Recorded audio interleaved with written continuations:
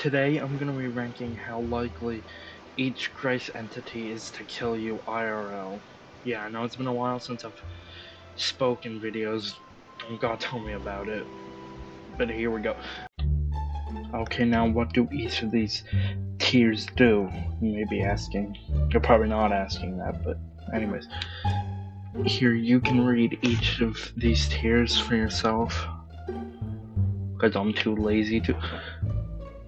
But basically, this top one means you're guaranteed to die, basically. This one means you're pretty likely to die, but it's not a guaranteed death. This middle tier means that you have a 50% chance of surviving and 50% chance of dying. This tier means you're most likely gonna survive this entity, but you still might die from it. And this tier means you're guaranteed to survive no matter what. Like, no matter what this entity does, you will survive it. Okay, first up we got Carnation. And for this one, it all depends on like how fast you can run to hide somewhere. As we can see here, average person isn't exactly the most fit, so they probably wouldn't be able to outrun it and survive. So based off of this, I'm gonna put it as pretty likely to die, considering if you played Grace, you've seen how fast Carnation moves. Next up we got Slugfish, and kinda like Carnation, it moves really fast, but if you played Grace, you know you can just stand on against walls and you'll be safe. You won't die to it. So basically, based off of this, most likely probably gonna survive it unless you're out in the open, like in the forest or something.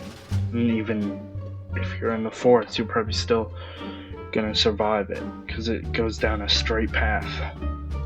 Okay, now let's do Dozer. Now with Dozer, if you're awake, you're gonna be fine. You'll survive it no matter what.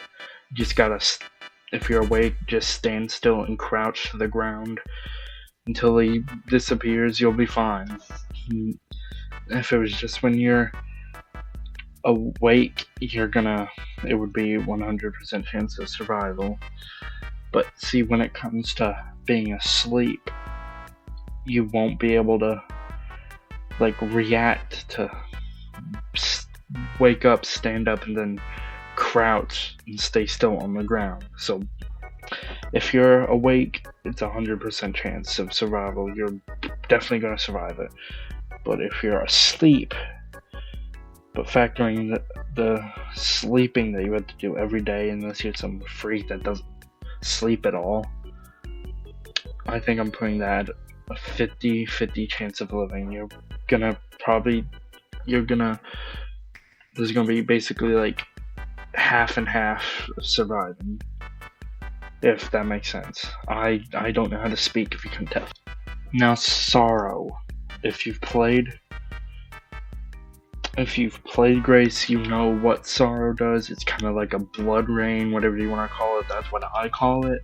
But you know you have to hide under something and you'll survive, right? Well, if you're inside, you should be fine. But not everyone stays inside their houses all the time. So based off that, if you're outside, you're probably not going to survive unless you can get somewhere to hide quick enough. But if you're inside, you're fine. So average of 2 out, I'd say probably 50-50 chance of survival. Next up we got Slight and Heed. Honestly, I think you can group these both to get up together. Slight, just look away from it, and Heed, you have to look at it. So basically, you should be able to survive these no matter what. So I think both of them I can honestly safely put in 100% chance of survival. It just feels like really easy to survive these two, unless you like, I don't even know. Okay, next up we got Elkman, and same thing as Dozer and Sorrow, honestly. If you're inside a house or a building, you'll be able to hide behind something and not die. But if you're outside in like an open area, like a field or something like that, you're probably not gonna have anything to hide behind. So because of that, I think honestly I'm gonna have to put Elkman in 50-50 chance of living. Just solely because like Dozer and Sorrow, if you're inside, you're safe completely. You know, unless you're asleep or something. And if you're outside in an open area, nothing to hide behind, you're basically screwed. And finally, we got Goatman. Now, this one's actually kind of tough, because if you've ever played Grace, you know what Goatman does. Basically, just like chases you down until you hide in a safe room, and not everyone has a safe room in like real life in their houses or like near their house. And just hiding behind a wall, that's not gonna work like it does with Elk.